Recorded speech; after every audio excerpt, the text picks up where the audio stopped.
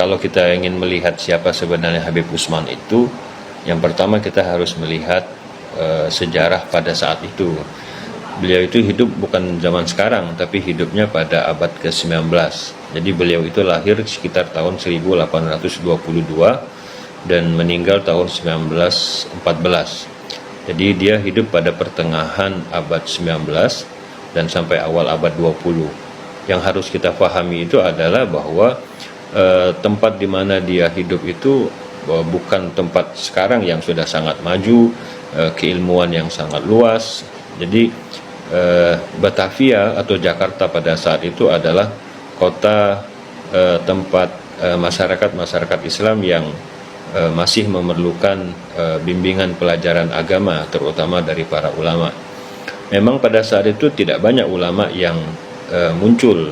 Nama seperti Habib Usman itu adalah satu di antara nama lain. Jadi mengapa Habib Usman sangat penting untuk kita lihat pada saat itu? Karena Habib Usman itu adalah termasuk salah satu ulama yang menghasilkan karya tulis yang luar biasa banyaknya.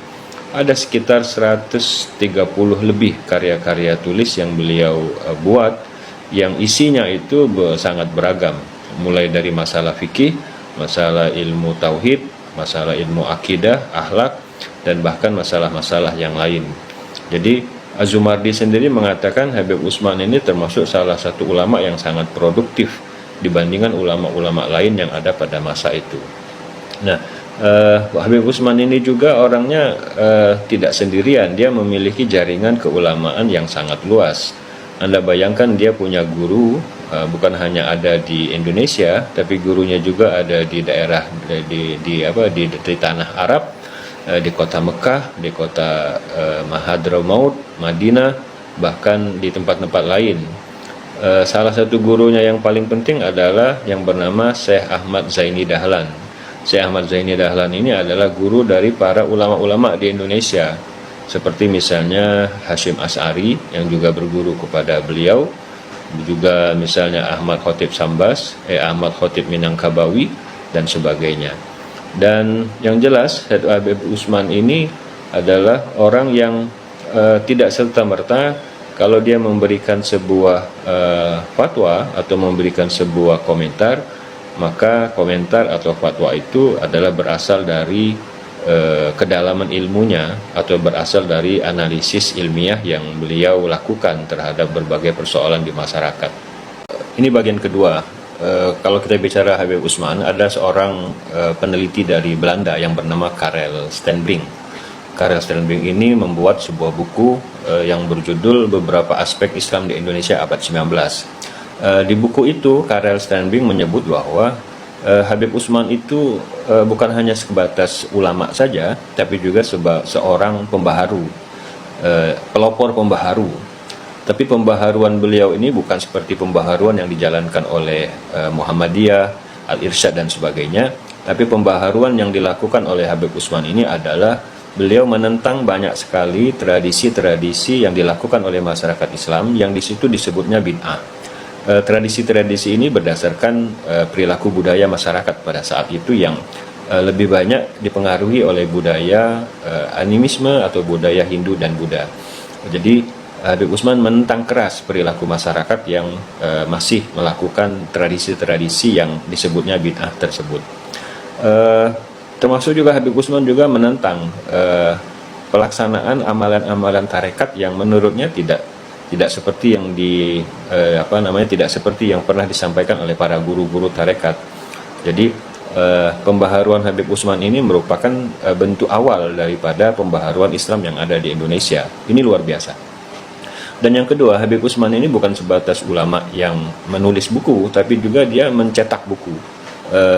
Luar biasanya dia memiliki sebuah percetakan litografis yang dia menulis sendiri bukunya, kemudian dia membuat sendiri filmnya, kemudian dia mencetak sendiri, dan kemudian buku itu dijual dengan harga yang murah. Sehingga dengan buku yang banyak itu, masyarakat Islam belajar menjadi lebih mudah. Mereka memiliki pengetahuan yang luas karena Habib Usman menyediakan sendiri fasilitas buku-buku yang diperlukan. Termasuk juga salah satu terobosan penting Habib Usman itu adalah beliau sempat membuat buku seperti buku pedoman atau SOP bagi para hakim dan para penyuluh agama. Judul bukunya itu adalah Al-Qawaninus Syar'iyyah. Buku ini seperti semacam kodifikasi hukum atau lebih kepada metodologi bagaimana seorang hakim agama ketika mau memutuskan sebuah masalah, dia harus punya langkah-langkah atau step by step yang sesuai dan ilmiah, terutama supaya hukumnya yang keluar dari fatwa-fatwa ulama itu tidak sembarangan. Bahkan banyak kejadian-kejadian yang penting pada masanya ditulis oleh Habib Usman dalam buku, dan kemudian buku itu diberikan untuk dibaca oleh masyarakat sebagai sebuah pedoman pengetahuan keagamaan pada masa itu. Pada bagian ketiga ini kita akan bicara tentang Habib Usman yang sangat kontroversial. Artinya disinilah masalah mengapa orang banyak yang tidak suka kepada Habib Usman. Orang yang tidak suka kepada Habib Usman itu faktornya cuma satu, karena Habib Usman dikenal sebagai orang yang sangat dekat kepada seorang pejabat pemerintah Hindia Belanda yang bernama Sonok Hugron. Anda mungkin tahu Sonok Hugron ini adalah seorang profesor, seorang peneliti, seorang ahli agama Islam juga, yang banyak memberikan pandangan-pandangan politik kepada pemerintah Hindia Belanda terkait dengan keberadaan umat Islam di Indonesia. Tapi yang paling penting harus kita paham adalah bahwa Habib Usman itu melihat Sonok Hugron itu bukan hanya sebagai orang Belanda saja, tapi Sonok Hugron itu adalah seorang Muslim yang sudah masuk Islam, dan keislamannya itu diakui oleh Habib Usman, sehingga Habib Usman menyebut Sonok Hugron itu sebagai seorang akhi fillah atau saudara seagama. Jadi persahabatan antara Habib Usman dengan Sonok Hugron itu persahabatan antara orang Islam dengan orang Islam lainnya. Jadi di satu sisi ini kita tidak memiliki masalah yang besar mengapa Habib Usman sangat dekat kepada pejabat Hindia Belanda yang bernama Sonok Hugron, dan tentu saja pasti ada tujuan-tujuan yang harus kita pahami dari latar belakang persahabatannya dengan Sonok Hugron tersebut. Nah, karena itulah Habib Usman sering dilihat secara negatif. Artinya karena Sonok Hugron adalah pejabat pemerintah Hindia Belanda dan Hindia Belanda adalah dikenal sebagai penjajah, maka Habib Usman sering dikatakan sangat dekat kepada penjajah, bahkan disebut sebagai antek-antek penjajah. Antek-antek penjajah ini tidak ada di dalam literatur yang disebutkan oleh para sarjana, tapi hanya disebut oleh Karel Steenbing sebagai seorang yang dianggap seolah-olah double spion atau orang yang bermuka dua. Tentu hal ini merupakan sebutan yang sangat subjektif, sehingga kita harus bisa melihat mengapa Karel Steenbing mengatakan seperti itu, dan bagaimana kita bisa melihat hal ini secara ilmiah atau historis. Kita nanti akan bahas pada sesi lain, tapi saya ingin mengatakan bahwa kedekatan dia dengan Sonok Hugron itu adalah kedekatan sesama Muslim. Jadi Muslim adalah orang Islam adalah saudara orang Islam lain, itu dilakukan oleh Habib Usman kepada Sonok Hugron. Ada satu informasi yang menarik. Habib Usman ini di usia remaja dia berangkat ke Mekah atau ke Madinah atau ke Timur Tengah lah kita sebut, untuk belajar kepada para ulama-ulama di sana. Tetapi ketika Habib Usman ada di Timur Tengah atau ada di tanah Arab sedang belajar, di Jakarta pada saat itu juga ada seorang ulama dari Hadramaut yang sangat terkenal yang datang ke Batavia. Namanya adalah Syekh Salim bin Sumair. Syekh Salim bin Sumair ini seorang ulama yang ternyata pengarang kitab Safinatun Najah. Tapi ada hal lain yang perlu kita perhatikan. Kitab Safinatun Najah ini dibuat dalam bahasa Arab, dan orang yang bisa membaca bahasa Arab atau orang yang mengerti bahasa Arab di Batavia pada saat itu tidak memiliki jumlah yang sangat banyak.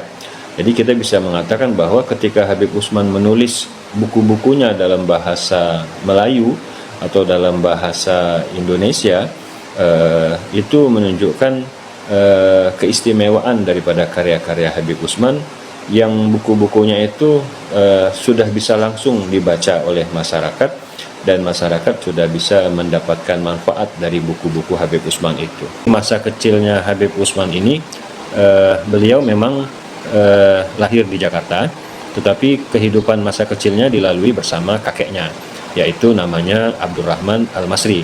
Abdurrahman Al-Masri ini adalah orang tua dari sebelah ibunya. Kemudian Abdullah, abahnya, ayahnya Habib Utsman sendiri, ketika Habib Utsman masih kecil, Abdullah ini pulang lagi ke Hadramaut dan tidak pernah bertemu dengan Habib Utsman sampai Habib Utsman kemudian datang ke Hadramaut pada usia remajanya. Dan yang perlu kita ketahui bahwa kebiasaan masyarakat Hadramaut pada saat itu adalah ketika anaknya sudah beranjak remaja, maka biasanya anak tersebut akan pergi ke Hadramaut, tempat asal usul ayahnya atau kakeknya, dan di sana mereka selain belajar juga menyambung tali silaturahmi kembali dengan keluarga besar yang ada di Hadramaut pada saat itu. Dan yang paling penting adalah bahwa kehidupan pribadi Habib Utsman ini terekam dalam dua buku yang penting yang ditulis oleh anaknya yang bernama Suluh Zaman, dan kemudian ditulis lagi oleh cucunya, kalau tidak salah, yang bernama Qomaruz Zaman. Jadi kalau kita ingin melihat data pribadi Habib Utsman, kita perlu membaca dua buku itu yang merupakan laporan dari orang dalam sendiri, ya, dari keluarga besar mereka sendiri. Ada satu hal yang menarik tentang pandangan seorang sarjana Belanda yang bernama Pitchber, yang melihat tentang siapa sebenarnya Habib Utsman ini. Dia melihat bahwa Habib Utsman ini seorang ulama yang sangat produktif di dalam menghasilkan karya tulis atau kitab-kitab, dan di dalam karya tulis itu Habib Utsman sangat kuat di dalam berjuang menentang bid'ah dan memberikan pengajaran agama yang baik kepada masyarakat. Karena karya-karyanya ini memberikan dampak positif dalam keberagamaan atau keislaman masyarakat, dan karya-karyanya itu berdampak sangat luas, membuat masyarakat menjadi lebih paham tentang agama, maka Pitchber melihat bahwa karena karya-karya yang berdampak positif inilah dia mendapatkan semacam pengakuan dari pemerintah Hindia Belanda, sehingga beliau mendapat gelar kehormatan Advisor Honoraire for Arabisch Zaken, yang hadiah ini, penghormatan ini bukan bersifat politik, tapi lebih kepada penghargaan intelektual Habib Utsman. Nah, kalau kita bisa melihat 100 lebih dari karya-karya Habib Utsman itu, sebenarnya kita bisa melihat ternyata begitulah kondisi masyarakat Islam pada masa itu, sehingga memahami Habib Utsman tidak boleh memahami dalam kurun waktu hari ini, tapi memahami Habib Utsman juga harus dilakukan pada kurun waktu pada masa itu. Dan masa itu adalah masa di mana Islam di Indonesia sedang mengalami sebuah dinamika perkembangan yang sangat beragam. Kemudian pada saat itu juga suasana akidah, suasana tasawuf, suasana tarekat dan sebagainya itu juga terjadi di masyarakat.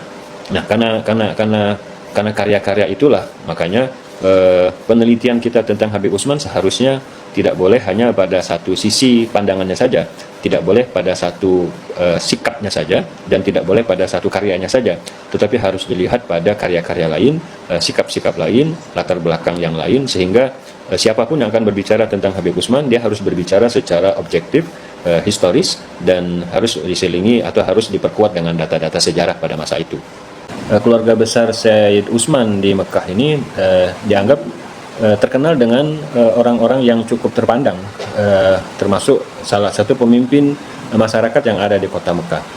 Nah, di kota Mekah, Habib Utsman juga belajar pada orang-orang yang tidak sembarangan. Gurunya salah satunya adalah Ahmad Zaini Dahlan, kemudian ada lagi gurunya yang bernama Syekh Ahmad Dimyati, dan yang cukup menarik, guru Habib Utsman itu ada yang namanya Muhammad bin Husain Al-Habsyi. Muhammad bin Husain Al-Habsyi ini adalah ayah dari Habib Ali bin Muhammad Al-Habsyi. Habib Ali inilah yang mengarang buku Maulid Simtud Duror yang terkenal di Indonesia. Jadi Habib Utsman belajar di kota Mekah selama 7 tahun, dan setelah itu beliau kemudian pindah ke beberapa tempat, termasuk pindah ke kota Madinah, kemudian ke Hadramaut, kembali lagi ke kota Mekah, kemudian berjalan mengelilingi tanah Arab, untuk bisa sampai ke Turki, sampai ke Tunisia dan berbagai tempat yang dia jalankan sebagai sebuah rihlah atau perjalanan akademiknya.